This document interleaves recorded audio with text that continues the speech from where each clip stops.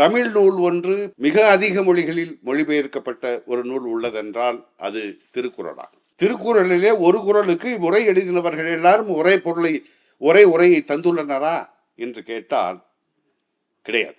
உரையாசிரியர்கள் அந்த அதிகாரத்தில் கூறப்பட்ட கருத்துக்களுக்கு ஒட்டி அந்த அதிகாரத்திலே வந்த குறட்பாக்களிலே காணப்படுகின்ற சொற்களை எடுத்து அதை அதிகாரத்தின் தலைப்பாக கொடுத்தார்கள். அவ்வளவுதான். அந்த வகையிலே வைரமுத்து எப்படி கடவுள் வாழ்த்து என்பதை அறிவு வாழ்த்து என்று மாற்ற முடியும் என்ற கேள்வி கேட்பவருக்காக சொல்லுகின்றேன். திருக்குறளுக்காக தனி மாநாடு நடத்திய ஒரு தமிழர் தலைவர் தந்தை பெரியார். திருக்குறள் என்பது கே பிள்ளை அவர்கள் சொல்வதை போல கிபி 1ஆம் நூற்றாண்டிலே எழுதப்பட்ட நூல். இது 17 கீழ்கணக்கு நூலிலே வருகின்ற ஒரு நூல். அந்த நூல் தோன்றிய காலத்திலிருந்து எத்தனை பேர் இதற்கு உரை செய்திருக்கின்றார்கள் என்று பார்த்தால், தமிழ் நூற்களிலே ஒரு செய்யுளுக்கு மிக அதிகமாக உரை எழுதப்பட்ட ஒரு நூல் உண்டு என்று சொன்னால் அது திருக்குறளாகும். தமிழ் நூல் ஒன்று பிற மொழிகளில் மொழிபெயர்க்கப்பட்டு மிக அதிக மொழிகளில் மொழிபெயர்க்கப்பட்ட ஒரு நூல் உள்ளதென்றால் அது திருக்குறளாகும். இந்த நிலையிலே பழம் பெரும் உரைகளாக ஒரு வெண்பாவிலே 10 பெயர்கள் வருகின்றது. தருமர், தருமத்தர், நச்சர், திருமழையார், மல்லர், காளிங்கர், பரிப்பெருமாள், பருதியார், பரிமேழழகர் என்று 10 பேர் வருகின்றது. இதில் மணக்குடவர். இந்த 10 பேரிலே 10 உரைகளிலே இன்றைக்கு நமக்கு கிடைப்பது 5 உரைகள் மட்டும்தான். மணக்குடவர் உரை கிடைக்கின்றது, காளிங்கரின் உரை கிடைக்கின்றது, பரிப்பெருமாள், பருதியார், பரிமேழழகர் உரை வரைக்கும் இந்த 5 உரைகள் மட்டும் கிடைக்கின்றது. மீதமுள்ள 5 உரைகள் நமக்கு கிடைக்கவில்லை. இவர்கள் உரை எழுதியிருக்கின்றார்கள் என்கின்ற செய்தி அந்த வெண்பாவினால் நமக்கு புலப்படுகின்றது. இந்த கிடைத்திருக்கின்ற 5 உரைகளிலும் பலராலும் போற்றப்படுகின்ற ஒரு உரை, பின்பற்றப்படுகின்ற ஒரு உரை என்று சொன்னால் அது பரிமேலழகர் உரையைத்தான் சொல்வார்கள். பரிமேலழகர் உரையிலே ஒரு ஆரிய சார்பு தன்மை, பார்ப்பனிய கோட்பாட்டு திணிப்பு என்பது அதிகமாக இருக்கின்றது என்று பரிமேலழகர் நழுவிய இடங்கள் என்றே பாவாணர் அவர்கள் தனது மரபுரையிலே தனியாக சுட்டி காட்டுவார். தந்தை பெரியார் அவர்களுக்கே கூட திருக்குறள் பற்றி ஒரு சரியான ஒரு கருத்து அமையவில்லை என்கின்ற பொழுது, நீங்கள் பரிமேலழகர் உரையை படிக்காதீர்கள், மற்றவர்களின் உரையை படியுங்கள், அப்பொழுதுதான் உங்களுக்கு திருக்குறள் என்னவென்று புலப்படும் என்று சொல்லி, அதற்கு மேலே தந்தை பெரியார் அவர்கள் மற்றவர்களின் உரைகளை படித்து புரிந்து கொண்டு திருக்குறளுக்காக தனி மாநாடு நடத்திய ஒரு தமிழர் தலைவர் தந்தை பெரியார்.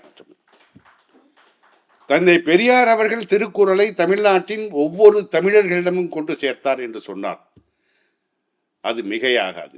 இன்றைக்கு திருக்குறள் என்பது தமிழர்களின் நெஞ்சங்களிலே ஆழ பதிந்துள்ள ஒரு தமிழ் நூல் என்று சொன்னால், அறநூல் என்று சொன்னால் அது மிக இல்லை. அதற்கு காரணமானவர், தொண்டு செய்தவர் தந்தை பெரியார் அவர்கள்.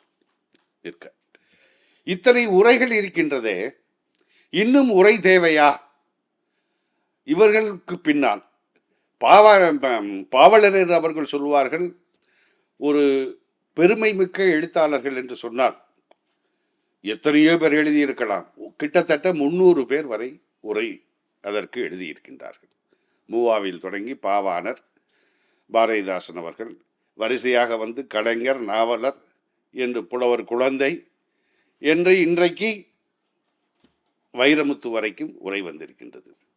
பாவாணர் என்னும் உரை, இந்த தமிழ் மரபுரை வந்த பொழுது ஐயா பாவலரர் அவர்கள் அதை பற்றி ஒரு கருத்து தெரிவிக்கின்றார்கள்.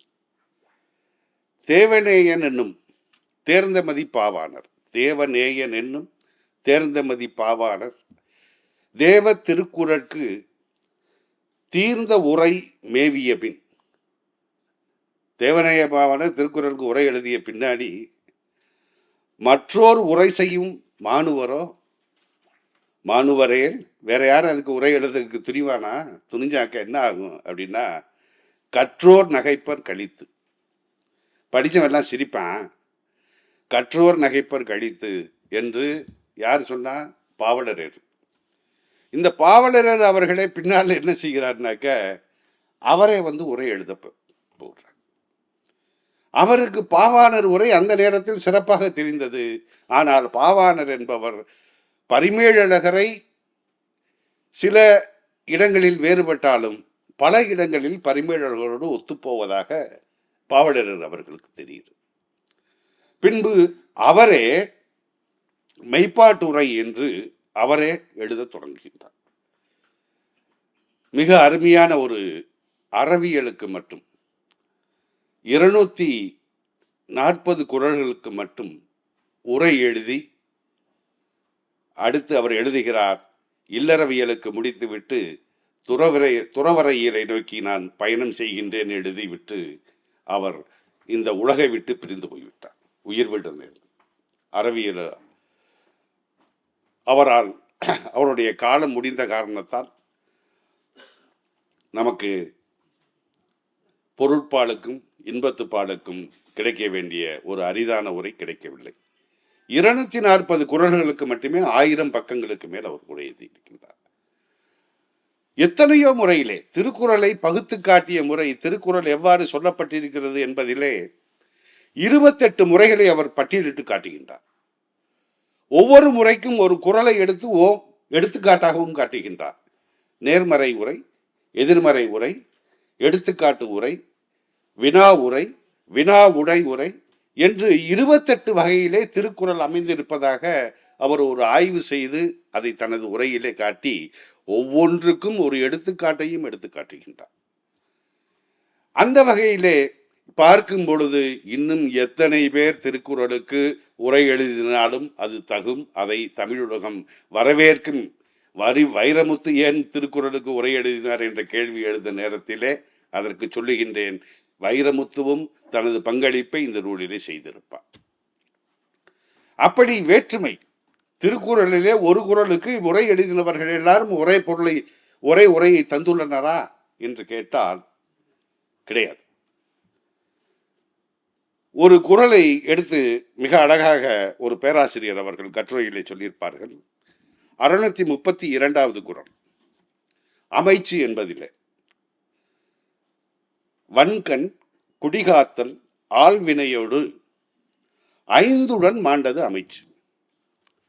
வன்கண் மனத்துணிவு, குடிகாத்தல் குடிகளை காத்தல், கற்றறிதல் கற்றுத்தெளிதல், ஆள்வினையோடு முயற்சியோடு 5உடன் மாண்டது என்கின்றால் மாண்புடைத்த பெருமையுடைத்தது அமைச்சு.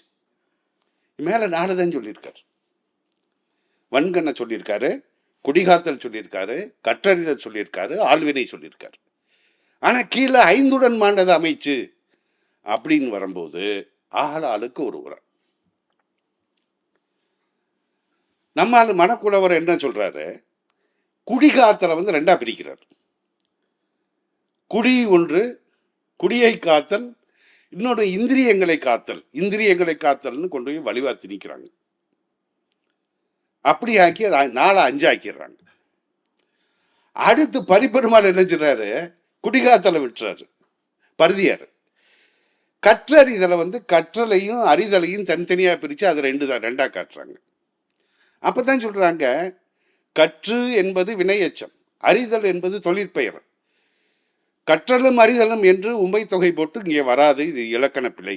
ஆகவே அவர் கூறியதும் தவறு. பரிமேலழகர் என்ன செய்கின்றார், இந்த 4ம் இதற்கு முன்னால் உள்ள குறளில் சொல்லிய குணங்களாக 5ஐயும் அப்படின்னு அதை குறளோட லிங்க் பண்றார். இப்படி ஒரு குறளுக்கு இத்தனை பேர் இவ்வளவு வேறு விதமாக உரை எழுதிய பொழுது பகுத்தறிவாளர் புலவர் குழந்தைதான் மிகச் சரியாக அதற்கு எழுதினார். அவர் சொல்லுவார், வன்கண் ஒன்று, குடிகாத்தல் ஒன்று, கற்றறிதல் ஆள்வினை இவற்றோடு 5உடன் என்பது 5 பொறிகளை குறிக்கும், 5 பொறிகளின் தூய்மையை குறிக்கும். ஒரு அமைச்சனுக்கு அந்த 5 பொறிகளின் தூய்மையும் வேண்டும் என்று உரை எழுதியவர் புலவர் குழந்தை. வேறு யாராலும் சொல்ல முடியாத ஒரு கருத்தை தமிழ் உலகத்திற்கு கொடுத்தவர் ஒரு பகுத்தறிவாளர் புலவர் குழந்தை அவர்கள். அந்த வகையிலே திருக்குறள் என்ன நினைத்து எழுதப்பட்டது, என்ன பேசுகிறது என்பதை மிக தெளிவாக ஒரு பகுத்தறிவாளரால் தான் எடுத்து கூறப்பட்டது என்பதற்காக இத்தனையும் சொல்கின்றேன். ஆக பொருள் மாறுபட்டு எழுதுவது என்பது தமிழ் மரபிலே இல்லாத ஒன்றல்ல.